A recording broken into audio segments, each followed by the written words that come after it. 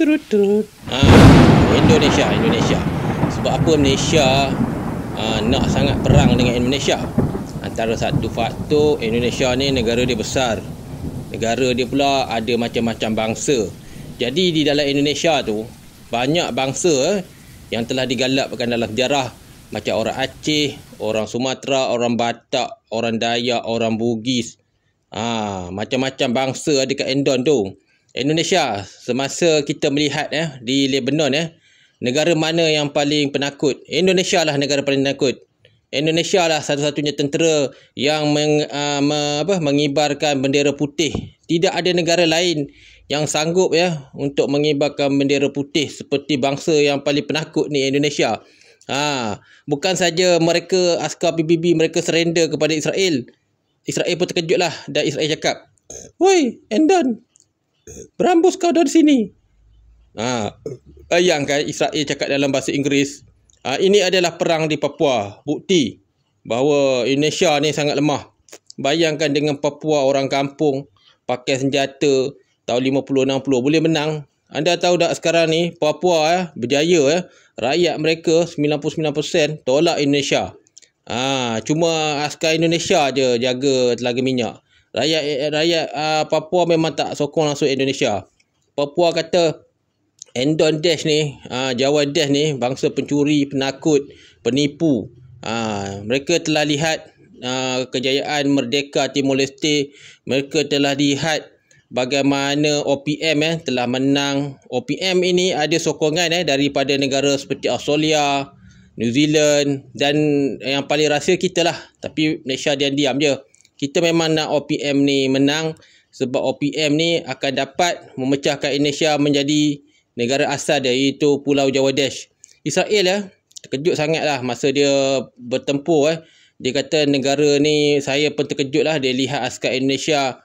Israel kata, inilah askar yang kata Bani Jawi tu. Aku tak pernah jumpa askar pengecut macam ni. Bukan Israel saja kutuk askar Indonesia, askar negara lain pun kutuk. Inilah askar Indonesia bila berada di Lebanon. Mereka ni dikenali di Lebanon sebagai gangbang army, ataupun askar pengaman paling tidak ada maruah.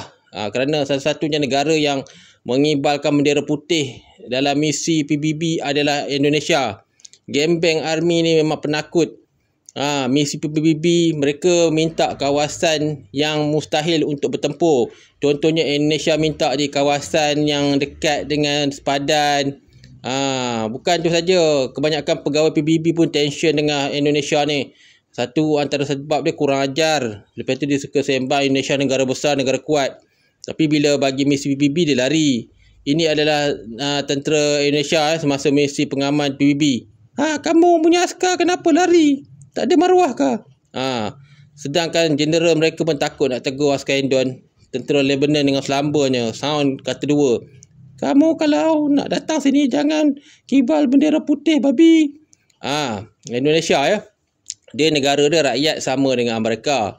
Tapi anggaran belanja dia lebih kurang Malaysia je ataupun Singapura. Negara besar dengan anggaran kecil. Itu bukti negara Indonesia ni tak ada duit. Bukan saja tak ada duit, pemimpin mereka lemah sangat, merusuh, gaji sikit. Boleh dikatakan Indonesia ni, Belanda pun kalau dia datang nak serang, Malaysia pun sokong.